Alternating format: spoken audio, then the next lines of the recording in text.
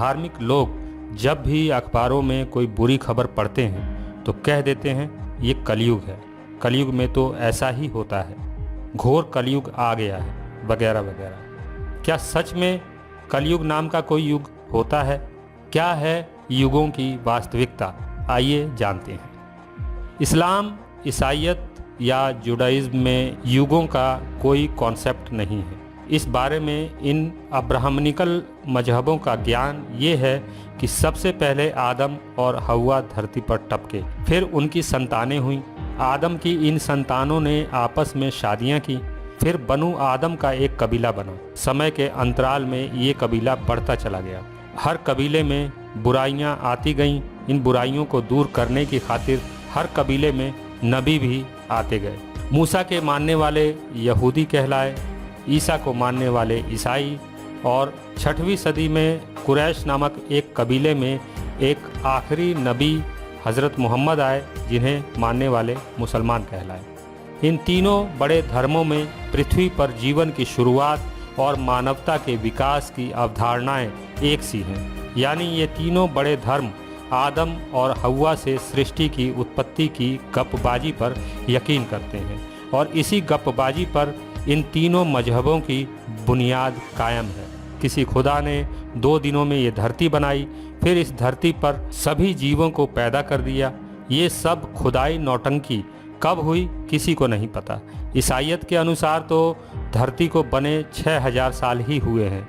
यहूदी धर्म के अनुसार मूसा से तकरीबन 5000 साल पहले ही धरती का निर्माण हुआ है, और इस्लाम के अनुसार ये कायनात आखिरी रसूल हज़रत मोहम्मद के लिए बनाई गई। इस तरह की फालतू बातों से तीनों ज़मीनी मजहबों की आसमानी किताबें भरी पड़ी हैं।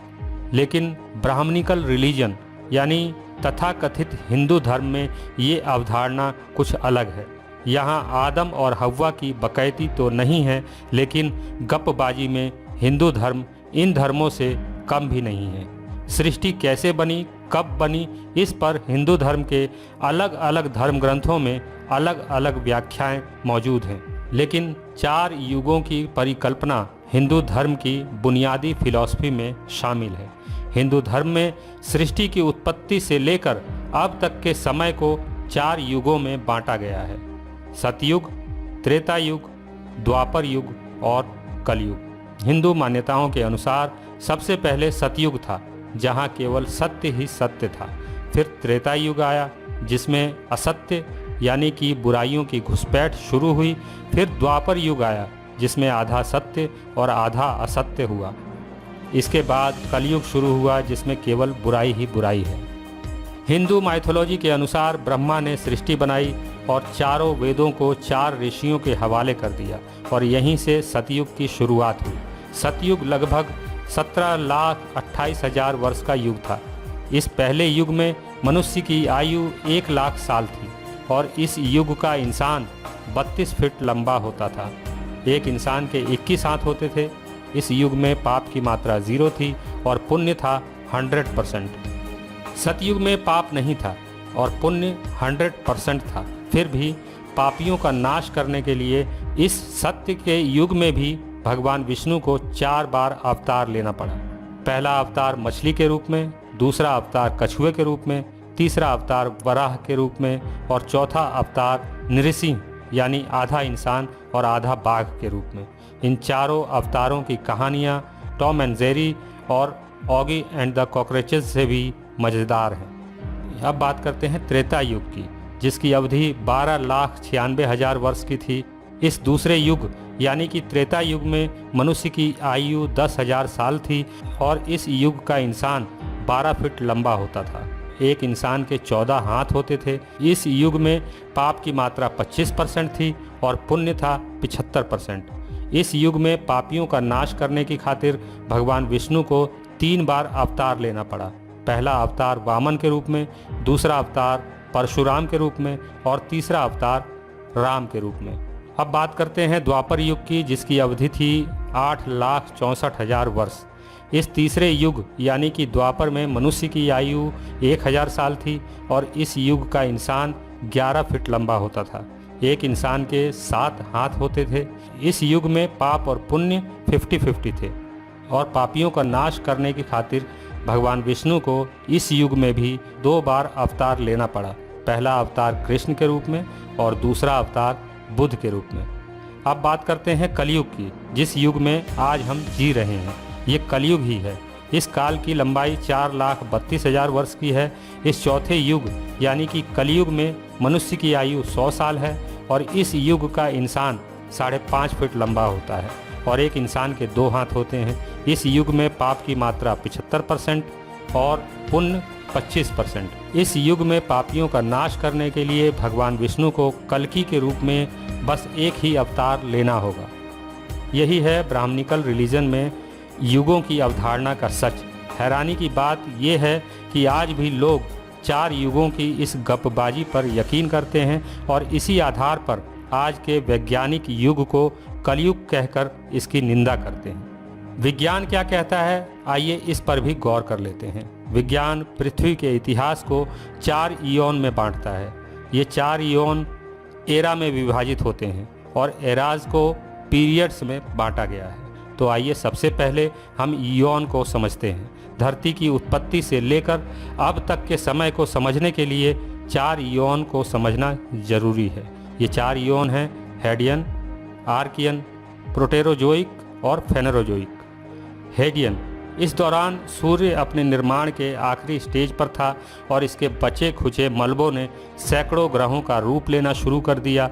इन्हीं सैकड़ों ग्रहों में से एक हमारी ये धरती भी थी, जिसका जन्म हो चुका था। 4.5 अरब से 3.8 अरब साल के बीच के इस दौर को हेडियन इयोन कहा जाता है। 70 करोड़ वर्षों के इस हेडियन दौर में पृथ्वी की ठोस सतह बननी शुरू हुई। इस बीच पृथ्वी की सतह पर लगातार उल्कापात होता रहा और बड़ी मात्रा में ज्वालामुखियों का भयंकर विस्फोट भी जारी रहा। समुद्रों का निर्माण भी इसी दौर में हुआ। दूसरा इयोन है आर्कियन। तकरीबन 3.8 अरब साल से 2.5 अरब साल के बीच के इस इयोन को आर्कियन इयोन कहते हैं। इस युग में पृथ्वी ठंडी हो चुकी थी। लगभग 1.25 अरब साल का ये वो दौर था जिसके वातावरण में ऑक्सीजन तथा ओजोन परत मौजूद नहीं थी। इसके बावजूद प्राथमिक जीवन की शुरुआत हो गई थी। तकरीबन 2 अरब 50 करोड़ साल पहले आर्कियन इयोन खत्म हुआ और प्रोटेरोजोइक इयोन शुरू हुआ। पृथ्वी के इतिहास का ये वो युग है जो 2.5 अरब साल पहले शुरू होकर 54 करोड़ साल पहले तक चला। इस दौर में धरती पर महाद्वीपों का विकास शुरू हुआ और इसी दौर में धरती के एनवायरनमेंट में ऑक्सीजन शामिल हुआ। एक कोशिकीय जीवों से बहुकोशिकीय जीवों का विकास भी इसी दौर में हुआ। इसी दौर में सुपर कॉन्टिनेंट पेनोशिया छोटे महाद्वीपों लॉरेंशिया, बाल्टिका, साइबेरिया तथा गोंडवाना के रूप में विकसित हुआ। तकरीबन 54 करोड़ साल पहले प्रोटेरोजोइक इयोन खत्म हुआ और फेनेरोजोइक इयोन शुरू हुआ। ये इयोन 54 करोड़ साल से अब तक चल रहा है। इस दौर की शुरुआत में ही समुद्री जीव समुद्र से बाहर निकलकर महाद्वीपों की सैर पर निकले और जीवन के विभिन्न रूपों में विकसित होने शुरू हुए। आज धरती पर विचरने वाले तमाम जीवों के पूर्वज इसी दौर में विकसित हुए। ये स्तनपायी और मैमल के पनपने का दौर था।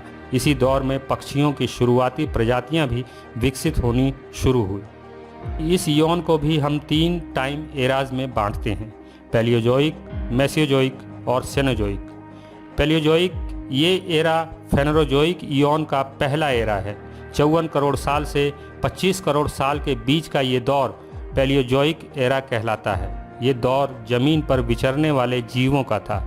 इस एरा के खत्म होते ही मेसियोजोइक एरा की शुरुआत होती है। लगभग 25 करोड़ साल से 6.5 करोड़ साल के बीच के दौर को हम मेसियोजोइक एरा कहते हैं। ये डायनासोर्स की सैकड़ों प्रजातियों के पनपने और ख़त्म हो जाने का दौर था। इस दौर की समाप्ति के साथ ही फेनेरोजोइक इयोन के तीसरे एरा की शुरुआत होती है, जिसे हम सीनियोजोइक एरा के रूप में जानते हैं। 6.5 करोड़ साल पहले शुरू हुआ ये एरा अभी तक चल रहा है। हम आज इसी एरा में जी रहे हैं। जैसा कि मैं पहले बता चुका हूँ कि धरती की शुरुआत से लेकर अब तक के समय को हम 4 इयोन में विभाजित करते हैं। ये चारों इयोन बढ़ते हैं एराज में और इन एराज को हम अलग अलग टाइम पीरियड्स में विभाजित करते हैं।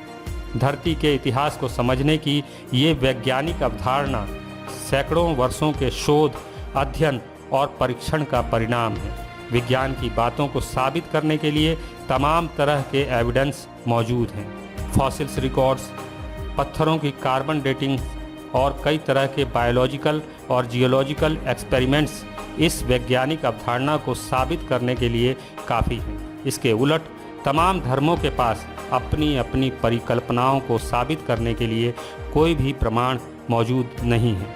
इसी वजह से धरती के इतिहास के बारे में दुनिया के 4 बड़े धर्मों की फिलॉसफी कोरी बकवास साबित होती है। इससे ये भी साबित होता है कि ना तो कभी कोई आदम पैदा हुआ और ना ही कभी सतयुग जैसा कोई दौर गुजरा है। जब सतयुग ही नहीं तो फिर कलयुग कैसा? आज का दौर कलयुग नहीं बल्कि ये साइंस और डेमोक्रेसी का दौर है। विज्ञान और लोकतंत्र दोनों ही धर्म की आइडियोलॉजी में फिट नहीं बैठते। इसी वजह से तमाम धर्म आज के इस वैज्ञानिक और लोकतांत्रिक दौर की निंदा करते हैं।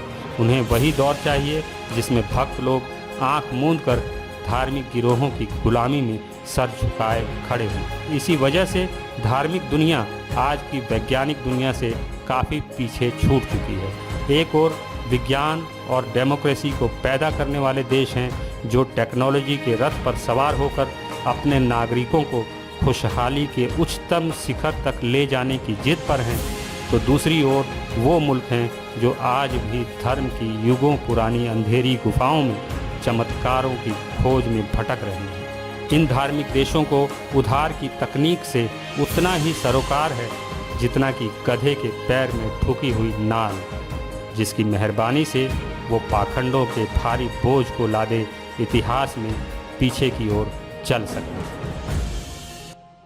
अगर आप मेरे विचारों से सहमति रखते हैं तो मुझे इस नंबर पर आर्थिक सहयोग भेज सकते हैं।